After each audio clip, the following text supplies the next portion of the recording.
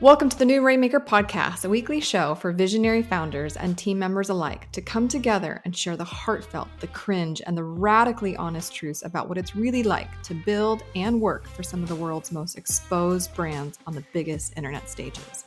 I'm your host, Veronica Romney, and after working for some of the biggest names in the online space myself, I've learned that it takes both leadership and dream team collaboration to truly scale a company to its greatest potential. You can build a business alone, but you cannot scale it on your own. And my goal on today's episode and every episode is to inspire our dreamers and empower our leaders. Make sure to follow and share my podcast with your friends and colleagues, and feel free to tag me on Instagram at vromney with your insights and ahas. Now let's make it rain on today's episode. Amanda, welcome to the Rainmaker Podcast. I'm so excited to be here. I'm so excited. Okay, so Amanda is a personal friend of mine, but she's also just a very, very strong voice in the marketplace and also does these really, really cool events. I just had the opportunity to speak at one of your events virtually. And so I don't want to take away the special and the magic of how you introduce yourself, but will you tell the Rainmaker family what it is that you do? Yeah, I would love to. First of all, thank you for having me. This is such an exciting opportunity. I love your podcast. I've already binge watched and listened to all of it so far that you've put out. So I'm a business coach, but I kind of teeter on all sides of business. So it's more like this full life coaching. As CEOs, what does your life look like? So I talk a lot about business and strategy and building business, but I also talk about the importance of relationships and health and just the balance of all of those things. Several years ago, when I started down this path, I was doing these networking groups locally, and it expanded into this, because of COVID, fully online community of women business owners. And so now I get the opportunity to bring women together in person through retreats and in-person masterminds. We keep it pretty intimate because the relationship side is so important. So I usually max at 30, but we travel to different cities and experience the new city together while also working on our business in that holistic view. So the short of it, I'm a business coach, but I really feel like a community builder in the female entrepreneur space. Yeah, I got to tell you, so you just put an event in the beautiful Charleston, South Carolina area, and I was drooling over your workbook. It was more like a travel guide that meets a business mastermind workbook that had a baby. It was, I don't know, I just loved how you did it, but the whole event was perfectly curated. Remind me the event's name, Making Money, Honey? Yeah, make that money, honey. Okay, can we talk about your passion for community, and your passion for coaching? It's always fascinating to me when I talk to visionary CEOs. One, where did that Walt Disney dream come from? Did it come to you in the shower? Did it come to you walking the dog? Where did it come to you, and how did you build the courage to pursue it? Good question. Okay, so for me, I felt very alone back 2015, 2016. I was starting my entrepreneur journey. I was blogging online. I was living in Nashville, Tennessee. And ironically, though there's so many female entrepreneurs back then, nobody was really getting together. There were some online groups, like Facebook groups and stuff like that, but nobody was doing it in person. And I just felt so misunderstood in my circles that one day I don't know where the courage came from, honestly, Veronica. I just posted on meetup.com. I need friends. I need people who understand this entrepreneur space. And that's really how I got started. I hosted a meetup. A bunch of people came that I didn't know. It was a bunch of women, and we didn't have time in one meeting to get through everything we wanted to discuss. So we just kept getting together. So fast forward several years, it was all local. And then COVID shut us down. We weren't able to get together in person anymore. So two things happened with that. One, I missed the in-person, in the flesh connection. And then I really recognized the importance of it because I just went through this whole spiraling of, I am so alone. And just the Zoom thing, the Zoom fatigue was really strong for me. And then the other side of it was, people were asking me, can you just get us together anyways? Can we just go to Florida? They're all open in Florida. Can we go to Florida? And I was just like, okay. But then people from all over, not just Nashville, started saying if you do that, can I come too? So it was probably January of 2021 when we did our first retreat destination in Florida. And that opened up the floodgates for what is today. Gosh, I think that's just a good reminder for anybody that is an aspiring entrepreneur or somebody that loves the idea of events, which can be very intimidating. We'll get to that in a second because event planning is a whole beast in and of itself. But I just love that you started local. Like I think because of the prominence of online personalities and online centric organizations, you feel like you have to build a list and have 5,000 followers and then but it's like, no, you just actually can start with the influence that you have around you. And then if it's good, the word of mouth takes it from there. It's, it's that beautiful kind of guerrilla marketing that just life takes itself, Yes, 100%. That's what happened with SOWBO. It's why it is what it is today. SOWBO. Remind me what SOWBO stands for again? The Society of Women Business Owners. Okay. Love it. Yes. Okay. So let's talk about, because your business, I mean, it's at its fundamental is a coaching model, but like you said, I think what I even was attracted to with you and wanting, like, as soon as you announced some of your January dates, I already put in my calendar before you invited me that I'm coming, but I'm just going to put it out there. I'm going to manifest it because they're so well done. And you know me, I'm obsessed with teams and empowering people. So how do you go from you yourself and the need for people and the need for connection to, okay, now I need to like provide this and provide this for the community and other women. I can't do it by myself. Right. Do you want to walk us through your journey of even team expansion and its variety? Yeah. So when we were a local meetup, I for sure had a leadership team, right? So it was all local people around Nashville that like you would be responsible for putting out the signs. You'd be responsible for greeting people. I've always been a really big believer in you have to have strategic people in place to make people feel welcomed. I attract more introverts than I do anybody to my events, which is very crazy to me. But it all has to do with that interaction. And so I designated team members locally. When I started shifting to traveling to different places, my team building looks totally different. So for the event that I just did in Charleston, I've had to hire local audio engineer guys to come in and like people who have TVs. I have a lot of equipment from all the years of doing meetups and things like that, but honestly, my quality level has increased from year to year. So my expectation has really grown. But there's a lot of things behind the scenes that happen preparing for such a curated event. Things like I mail gifts out to people before, after, and I give gifts during. So it's all these little touch points that take a lot of maneuvering and then also planning between the actual physical gift items and the digital side of touch points. There's just a lot of hands in it. So everything has gotten a little bit more, I want to say complicated, but it's really not that complicated because I have a system that's in place. So I know every touch point of the system because of all the years of building events, but it takes a full team. It really does. The person who's doing like the MC, the host seat looks different. The hype energy that has to be brought. The person who's like managing the behind the scenes, the event coordinator who understands what experience I'm trying to create and making sure everybody's in place. Also, like when I go to hotels and I'm coordinating with their event person, making sure they understand what kind of event I'm bringing to the table and what I expect of them and how they can support me more than just a room rental. So yeah, it's there's a lot of moving parts to events. Oh my gosh, there is 50,000 decisions that need to be made at any given time when coordinating an event and catering to everybody's needs. And you developed it. Okay, so here's my question. And I want to get into this, how you do this as a CEO. So one thing is to attract talent locally. Then what you just said is because now the show has gone on the road. Now you have to attract and recruit talent in local areas, because to me, a team is not determined by the employment status. So I don't consider you a team member just because you're W-2. I think a team is a team that helps the mission and the business forward. And that can be a contractor, a vendor, a provider of some kind, an intern, for heaven's sakes. It doesn't have to necessarily be a W-2. So can you reveal some of your secrets? Let's go through the process. One, how do you determine who you need? Let's start with that.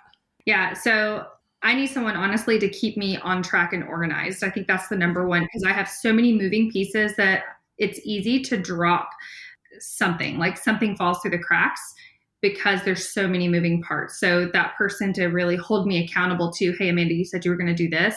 I've cast the vision of what it's going to look like, but there's a lot of little steps that equal every step. So that's the transition I'm in now. I used to have someone who was designated to all of that. And her name was Ashley. She was fantastic.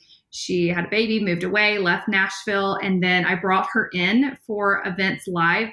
And that ended up not being the best fit because of the daily stuff leading up to the event that she was unable to be a part of. So now I'm in this transition of figuring out, Veronica, how do I have the person who's there for the live events traveling to these different cities, and then also all the legwork that happens leading up to that. And I've decided that those are probably different things, but my biggest need are both of those elements. Leading up, making sure I hit every benchmark and have everything prepared, because it's a lot of preparation. And then also week of, making sure that it's fully executed, that everybody is doing that step.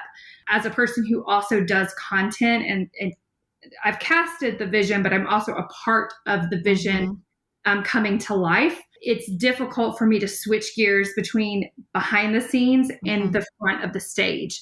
So I've recognized I have to have the people who do the behind the scenes for me. Otherwise, I'm not fully in my element when I'm on a stage.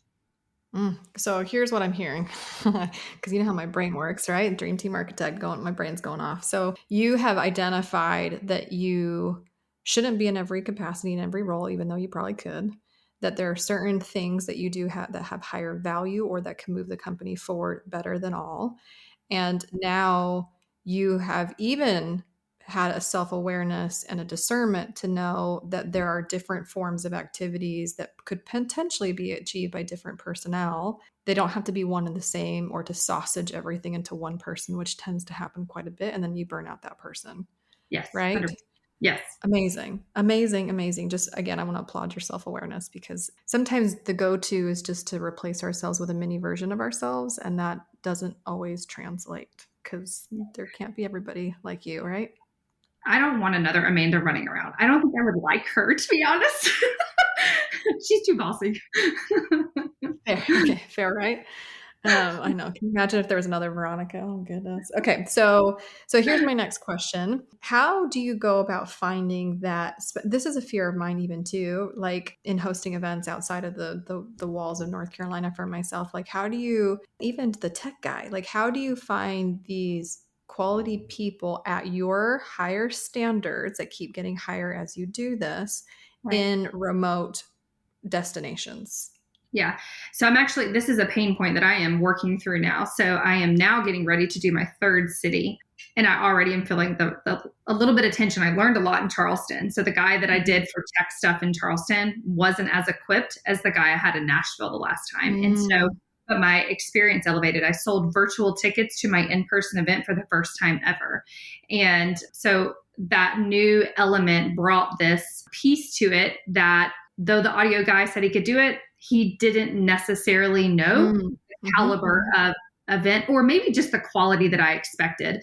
So terminology, knowing exactly what equipment they're using. Now I'm laying out a standard operating procedure for how those events will be executed. So my first one that I did of Make That Money Honey, which seems like it feels like a conference, but it's for a group of 30 women. So it's that very intimate connection with a really beautiful experience. And so I want everything to feel perfectly done from a tech standpoint and smooth. But the reason I really want that is so that I'm not worried about tech stuff, so that I can be in the weeds with them, making business decisions and building strategies and having intimate conversations. So when there's tech issues, you're not able to be present with your people. So that tech expertise really matters. So my first event, I hired the best of the best. I spent a lot of money. I invested in that. And I was like, you know what? I could probably trim the fat of this a little bit. I can get somebody else. I kind of know what they need. So then I hired someone not so great. And I didn't know that until we were there at the event. Every single morning, I was like, we were having tech issues every day. And so I learned through that. I'm going to build a process. I'm going to make sure the person I hire understands that process, has all the equipment that I need for that to execute it. And then honestly, it's kind of that testing that I think I missed this time of like, hey, can we do a test run? Let's see how you do this setup. And though I am now in Florida, I've moved to Florida, and he's in Charleston, South Carolina, it's that misstep of, hey, let's have a call. Let's test run. Show me the tech equipment that you got. Let's go ahead and prepare for this 3 or 4 months out, as opposed to morning of or night before, then trying to work through all the stuff. And that may not be a normal request for what he does in his industry, but in order for me to execute it, I need that touch point. So that's my new SOP. Well, and I don't think, by the way, as CEOs, I don't think, number one, I do not believe that CEOs should ever lower their standards. I think if CEOs in the world, the gutsy ones, the ones that are willing to make nothing or make something out of nothing are lowering their standards, we have a problem in the world, right? So I don't think, one, that you should lower your standards. Two, I just was at a conference where I heard Tom Bayou from Impact Theory. I mean, he was talking about his relationship with his wife. Because when he asked, like, what's the secret to success in working with your partner? And he's like, oh, I've been with her for 20 years. We've worked together for 15 years. Mm-hmm. And the first thing I could say is define the terms. And he was talking about, like, when his wife is like, this is really important to me. What she's really saying is, I like, stop everything you're doing right now. And I want you to do this thing that's really important to me, but you don't necessarily directly say it like that. And I was thinking about that from a work relationship standpoint. One of the shortcomings I see when I go into businesses and I do the work that I do is that CEOs, or if there's mid-tier managers and leaders, is that we're not very good at defining success so that our people can achieve that success that we have envisioned. And by the way, it's hard to do that when you're doing it for the very first time, because like you said, you don't have the right terminology. You're like, I just want it to work in this magical way where unicorns pop out of Zoom. And he's like, what are you talking about? Like, oh, like custom backgrounds? Like, yeah, that's the one, so there's certainly a learning curve and almost like a language curve. But what I heard in your story is that now there is a requirement for you to further define the terms and the measurement of success for this vendor to achieve. And if they cannot, then that's okay. And then you find somebody that can. But that's the requirement, or the requirement is on your shoulders to make sure that you define the terms first. Mm-hmm.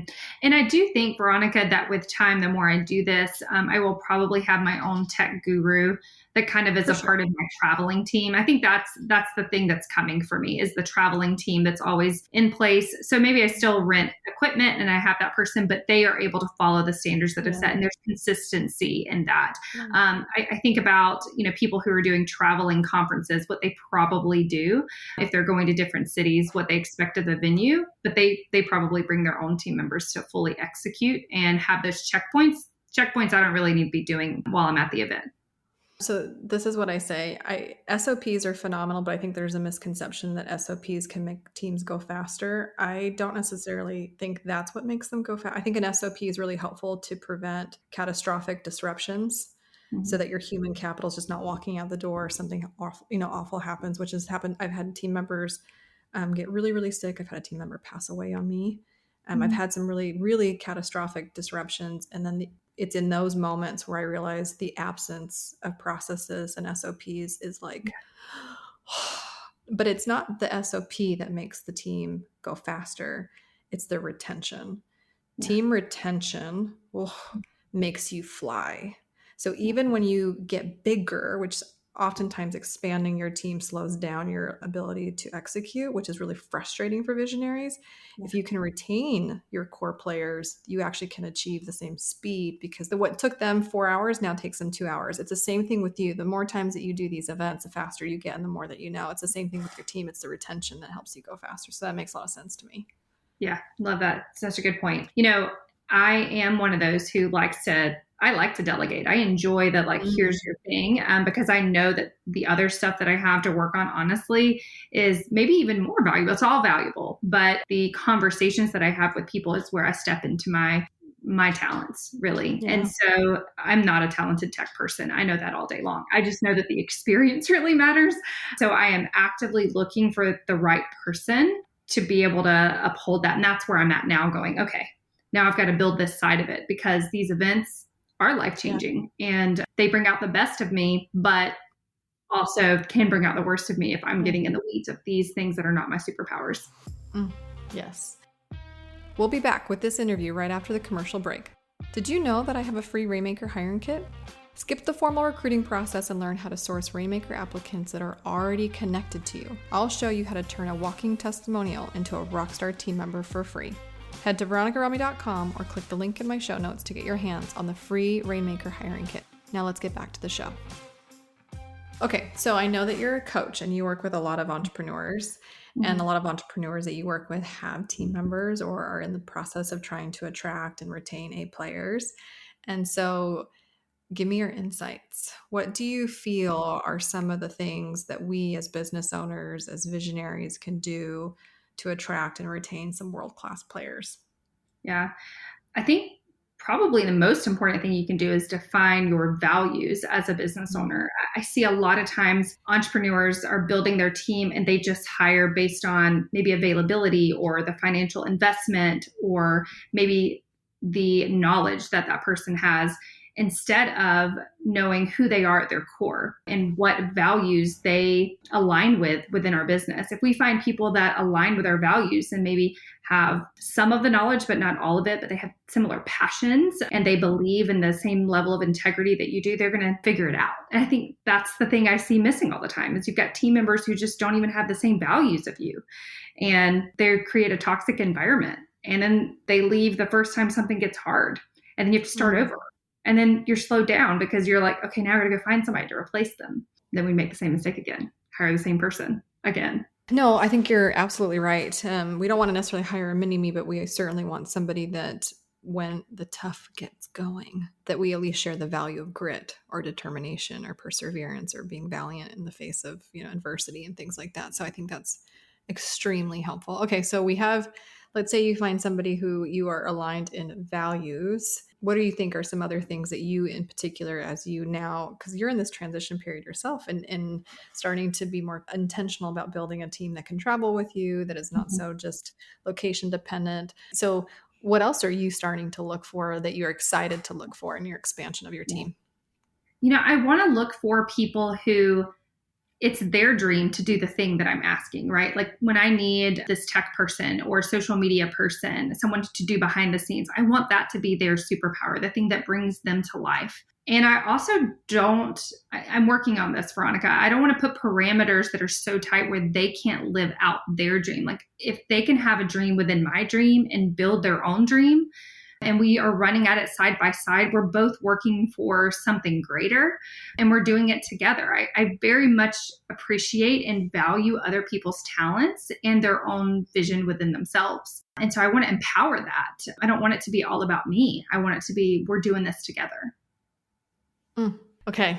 I mean, you saw this in my presentation I did in Charleston. I couldn't agree more passionately with what you said. So here's my belief. Here's my little TED talk for a second, because you've seen this, but it's like people align their actions with their aspirations. Instead, in a different way, the wallet achieves what the mind believes, right? So like what you want or what you aspire to have, possess, or become, you will make choices along the way in getting to that outcome. That is the active mind, intentional and conscious mind, but also the subconscious mind that is just operating in that path, right?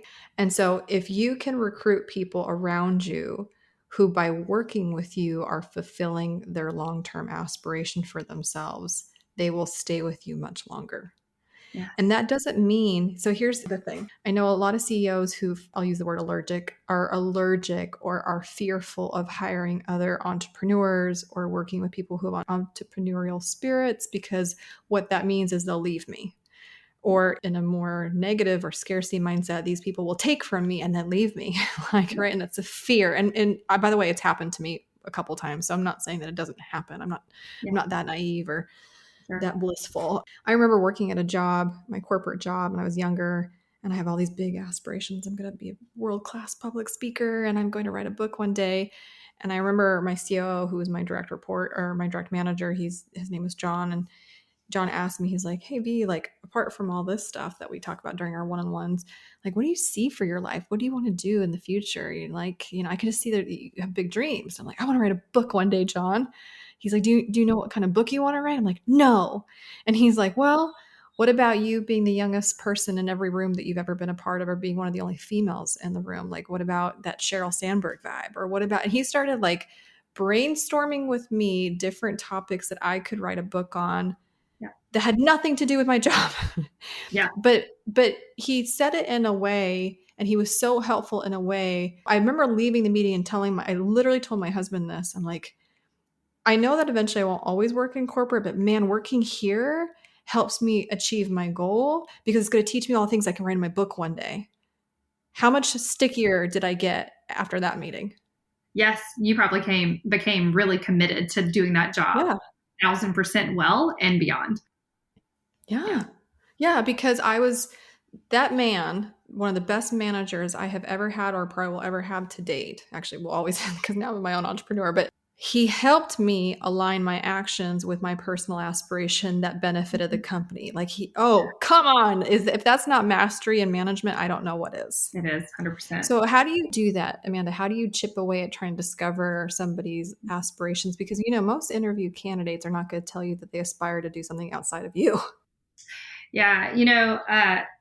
I honestly, I don't know if it's some kind of like gifting or whatever, but I could get really deep with someone pretty fast and have some pretty intimate connections. And I honestly believe that I have to start there. For me, I want to see what their vision is. I want to understand what they're after in life before I can bring them on board, because otherwise I don't really know where to place them. I believe anybody can be trained on how to do a task, but does that mean that task is going to get them closer to their vision? I want them to be happy. I want them to feel fulfilled in everything that they're putting their work to, because we spend so much time working. Entrepreneurs or employees, it doesn't matter. We spend a lot of time in our lives working. And so I want that time to be something that brings joy and fulfillment. So yeah, I look for that. I have conversations. I have a lot of deep conversations with a lot of people. And I'm not saying that I can do all these deep conversation interviews. My path of going about things is really like word of mouth. I'm looking for someone who might be a good fit to do this, who's got a passion for, and it's more around the experience, not the tasks themselves. There's someone who has a passion for curating a really beautiful in-person experience, someone who really cares about the online experience of an online event, someone who really wants online people to feel like they're in person. I ask for those specific things when I'm out looking for people to hire now. Yeah, no, it's true. Okay, so I'm going to reveal one of my interview tricks, tips. I don't know. It's like you said, like how can you go deep in a 15-minute block, or how can you go deep when you only have 30 minutes on the clock for the interview, right? And to discern, because here's what I know about you, Amanda, like you are actually crazy intuitive. So like you could probably read the room more than the person, what they're actually saying, but not all of us have that gift, that have that spidey sense or ability to like pick up AM and FM frequency in a conversation. And I know that you possess it. So one of the things that I'll often do, for example, is, let's say you're running, you have an event-based organization and people come and they're going to have their lives change within days at a really fun location in a very, very curated, safe environment. And you want to make sure that your vendors and team are like as passionate about the safety of the room as you are, right? Yeah. So one of the questions, the easy softball question, is what is your sentiments, or what is your feelings, or why do you like or have a passion for events? And then they're going to give you some answer. So give me a typical answer. A lot of times I hear things like, oh, I just love seeing the connection in the room, or the surprise on people's faces when they walk in. Okay. So then my next question would be like, why do you like connecting with other people? Why is that important to you? That's going to come from a deeper place. So that answer should be something. Well, I used to not have community. Maybe that answer is similar to mine in that, I've always been drawn to genuine communities because I didn't have one for a long time. Maybe it's something like that. So, okay. So then I keep going, right? So then it's like, so, and I won't keep, I'm going to like have you start crying on this podcast, and like, this could turn into there. But basically what I'm trying to communicate or exemplify here is that, like, I take the answer from the softball question or the first question, where most interviews stop is like, I'm going to ask you a question, you're going to give me an answer, and then I'm going to ask the next question on my piece of paper. Another technique, or I think that gets you deeper, is whatever the answer was to the first question becomes framed in the second question. And then whatever is the answer in the second question gets framed in the third question. And I got this exercise. I remember doing this exercise with Dean when I worked with Dean Graziosi and Tony Robbins for one of their programs. And, the 7 levels deep exercise. But it's like, why is owning your own business important to you? Well, because I want to have financial freedom.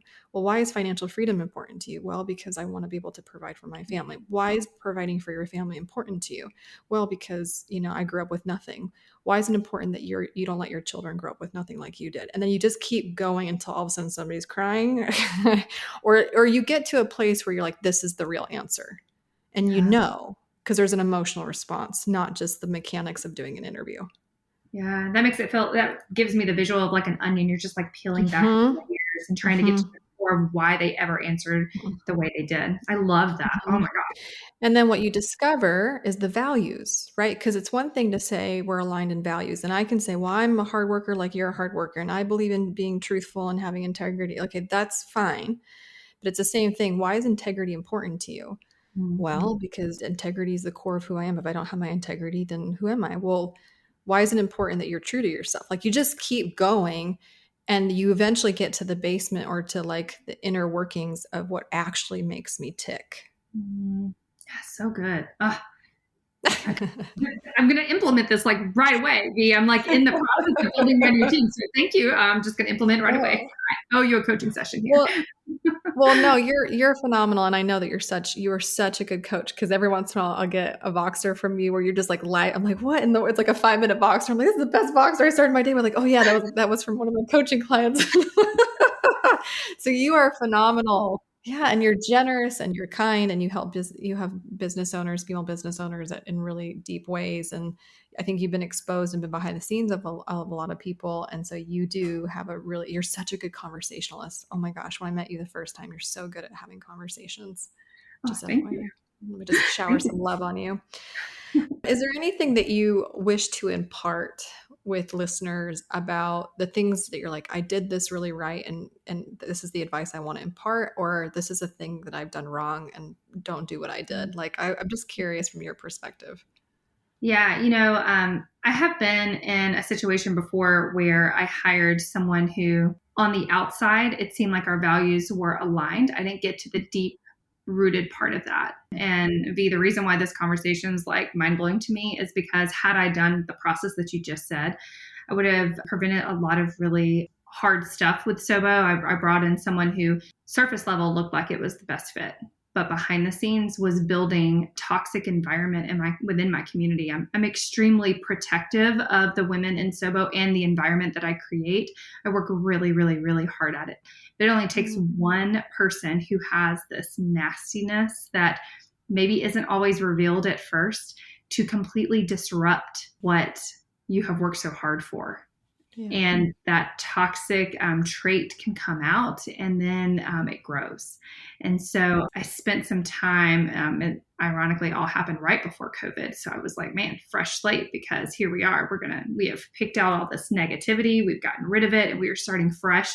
And I really built this, I call it a pledge for SOWBO. And I read it to everyone that I work with, every vendor that I hire. I know they probably think I'm crazy, but I have this pledge of like, hey, if you're a part of this, this is what I stand for here. This is what I do not allow. And this is what I stand for. This is what I'm for. And I read it, even though some of them have heard it 5 times. So like, yes, Amanda, we agree to the pledge. We know this is important to you, but I don't give up on repeating that back. So I just lay out the expectation for the safety of the environment that I'm curating.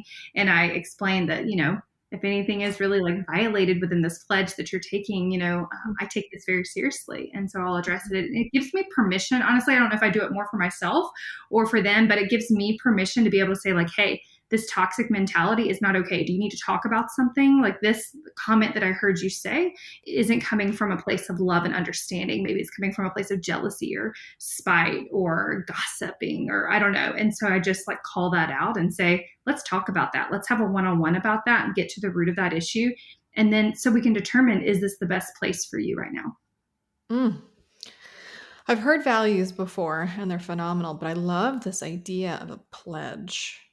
Because we pledge to allegiance, right? We pledge to the flag. There's so many things that remind me of my childhood, but like, and I saw in your workbook, but hearing you describe the meaning behind it takes it to another level because it's like you're defining the terms for the room in the form of a pledge. You're defining the terms for the relationship of people that work for you in the form of a pledge. I think what I love about the pledge is like it's an active motion. It's an active choice that they're using their agency to give. I love that, actually. I think that's a really great advice. I think it's a really great tip of like, here is the pledge that we make to one another and to this environment that we are a part of. Yeah, 100%. I have all of my members sign the pledge when they join. They hear it at every event on my onboarding call. So when someone joins or if they renew, because now we're in our season of renewing, which is fantastic, I recite it again. And so we agree to it and they have to sign it. And so it's just, I take it very seriously. It feels very Girl Scout-like to me, but but it has really done wonders. And then I have people who say, like, I don't want to violate the pledge. Can I ask you this before I say anything? Oh, so it makes them, it elevates their standards. It does. It really does. By just you being exemplifying the pledge. No, actually, I think that I'm like, well, now see, you wrote something from this conversation that you're going to be now. I'm going to go to my workbook for my event on Monday, and we're going to do a pledge. We're going to do a Rainmaker residency pledge for the Making It Rain event because of you and this conversation right now. Love it. Love it. Oh, I love this conversation. Here's two CEOs who are learning from each other and taking this conversation and using it to execute is my favorite. It's the importance of having community. It really is. Yeah. Yeah, 100%. Okay. So where can people learn more about your amazing events, the community that you've built, and just you personally? I want people to be your friend like I have become and had the privilege of becoming your friend. Oh, I love that. Thank you, B. So on Instagram at SOWBO_official, and then SOWBO.org is our website. And you can get on our email list. I'm always emailing out. Also, I do very personal emails because I like to be vulnerable. I like to open up the door for vulnerable conversation. So if you get one of those emails, you can just, any email, you can respond back. Tell me your story. I ask for that all the time. I love that. We have a Facebook group that is facebook.com/group/SOWBO, SOWBO. That's a free community. We have a lot of high achieving women entrepreneurs in that group, and we have a lot of deep conversations in that Facebook group. And so I very much value it, but you'll know that the pledge link is there when you go to join. So you have to agree to the pledge to have the conversation. Love it. And you have an event. This podcast will be released before your event. So your event is in January. Your next one is what? January 2023. Where at? Yeah, January 2023 in Panama City Beach, Florida, right before Rosemary. Now that event, probably by the time this podcast releases, will be sold out. So you'll just have to get on the wait list for the next one because just saying, they go over, the January one goes really fast. We put it on sale last week and it's all but like 3 spots are taken. So. Hello, more events, please. Right. And that's the challenge. That's what I've got to build that team for because I need to do more events. So. Okay, well, I'm here for you, girl. Don't worry about it. I'll hook you up and support you in any way that I can. And thank you very much for being vulnerable on this podcast, sharing some of your own hurdles and transition, which is not easy to do. And I know that the Rainmaker listeners are appreciative for it because too often people don't want to share the messy in between. So thank you, Amanda, for joining us. Absolutely. Happy to be here. So excited for this podcast. It's amazing. Thanks for listening to the Rainmaker podcast. We believe you can't get real results or have real relationships that last without being real first. If you resonated with today's episode, leave us a review so we can keep serving up the truth and tips that help you become the empowered leader that I know that you are. And always head over to veronicarami.com to check out all the free resources I have for you and the show notes from this episode. Until next time, my friends.